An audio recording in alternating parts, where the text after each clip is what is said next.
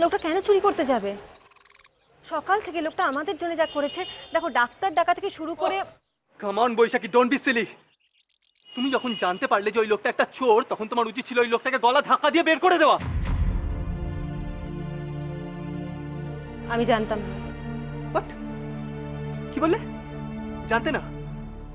লোকটা নিজে স্বীকার করেছে যে ওকে চুরির দায়ে বরখাস্ত করা হয়েছে, আর তুমি বলছো তুমি জানতে না? What's wrong with you? You are talking rubbish. তুমি চেঁচাচ্ছ কেন এভাবে? বাবা শুনলে টেনশন করবে।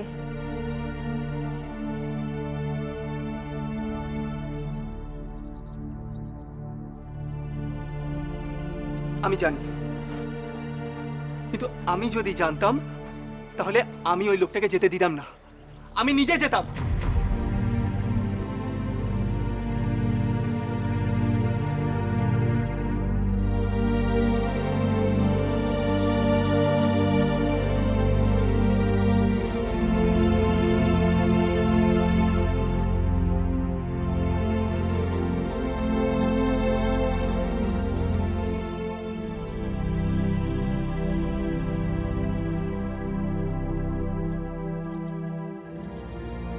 সুনন্দু, মাথাটা একটু ঠান্ডা কর। আমার দৃঢ় বিশ্বাস তোমরা লোকটাকে যেমন ভাবছো লোকটা সেরকম নয়। তুমি কথা বললেই বুঝতে পারছো লোকটা একটা অদ্ভুত মানুষ, দারুণ মানুষ। What? কি বললে তুমি বৈশাখী? দারুণ মানুষ? একটা চোরকে তুমি দারুণ মানুষ বলছো? Are you mad? তোমার কি মাথা খারাপ হয়ে গেছে বৈশাখী? মনে হচ্ছে সত্যি মাথাটা খারাপ হয়ে গেছে আমার।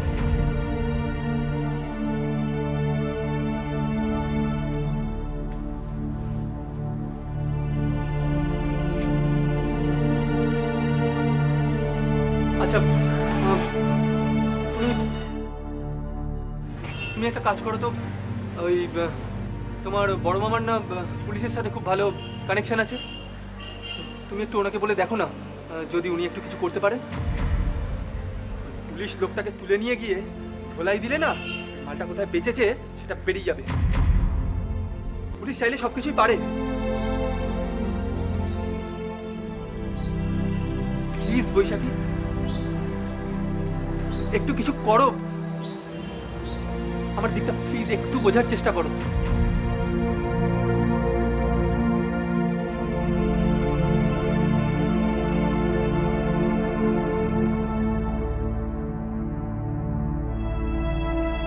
এই যে ছোকরা, শোনো, এত লাফাচ্ছ কেন? মা ঠাকুমারা কি বলতো মনে নেই? বিপদে পড়লে মাথা ঠান্ডা রাখতে হয়, গরম করতে নেই।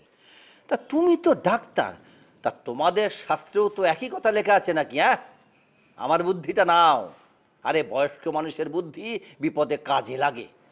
যেখান থেকে ইসিজি মেশিনটা এনেছিলে সেখানে একটা টেলিফোন করো।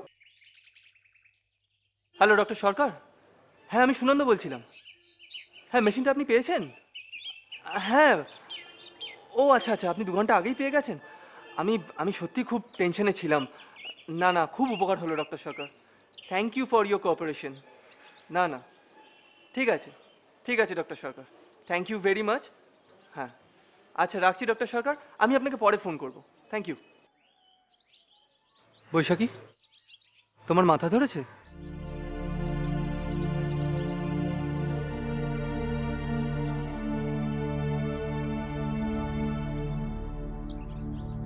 সরি, আজকে তোমাকে অনেক খারাপ কথা বলে ফেলেছি। আসলে কি জানো তো বৈশাখী, সব মানুষকে তো বিশ্বাস করা যায় না, না? তাছাড়া ওই লোকটা, আই মিন টু সে, উনি একটা বড় ঘটনার সঙ্গে জড়িয়ে পড়েছেন। তোমার বাবাই তো বললো যে লোকটা খারাপ।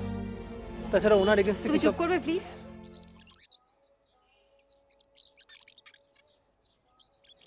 আমি জানি তুমি আমার উপর রেগে আছো।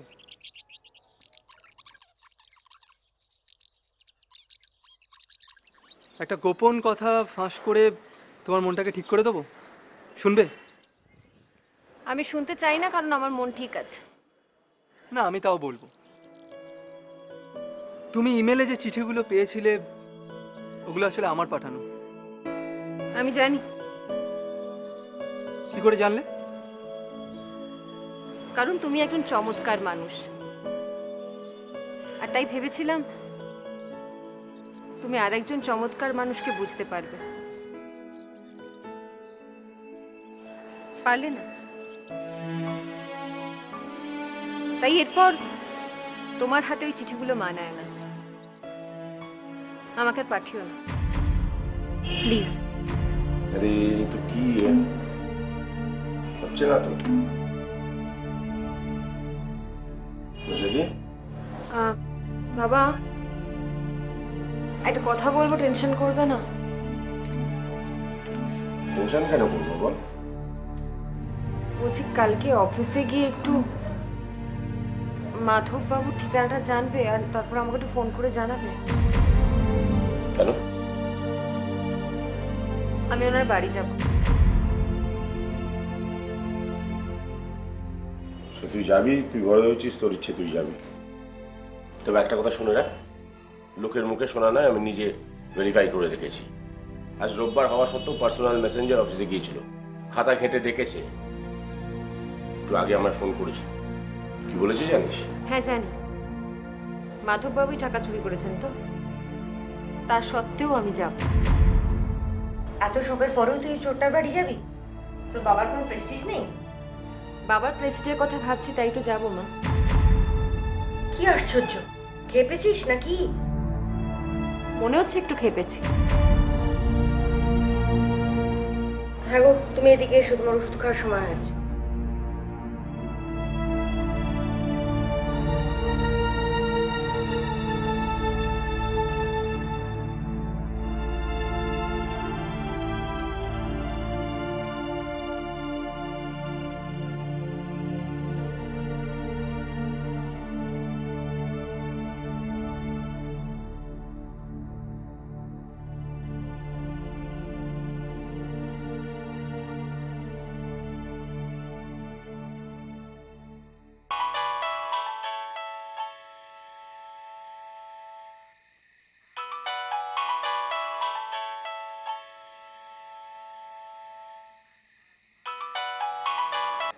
হ্যাঁ সুনন্দ, বলো।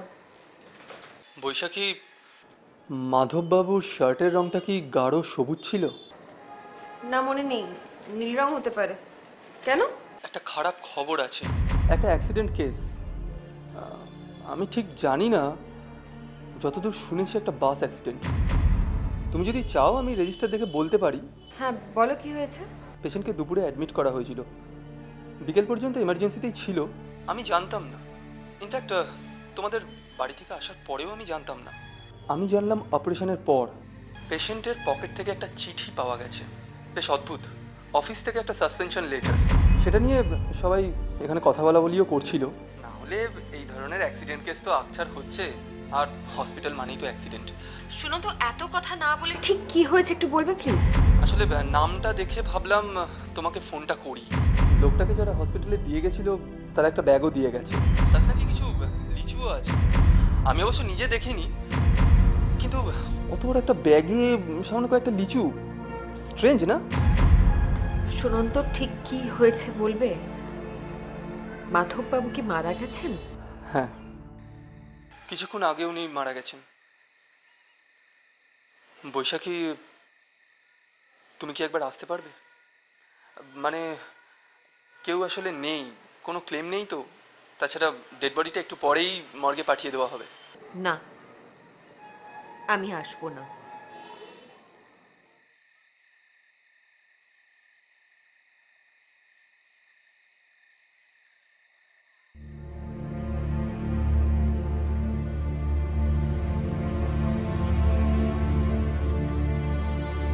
মাধব বাবু মারা গেছে, তুমি শুনলে? একটা বাস অ্যাক্সিডেন্ট। সেই চোর মাধব বাবু। তার পকেটে তোমার চিঠিটা ছিল বাবা। আর আমার দেওয়া সেই লিচু কলা।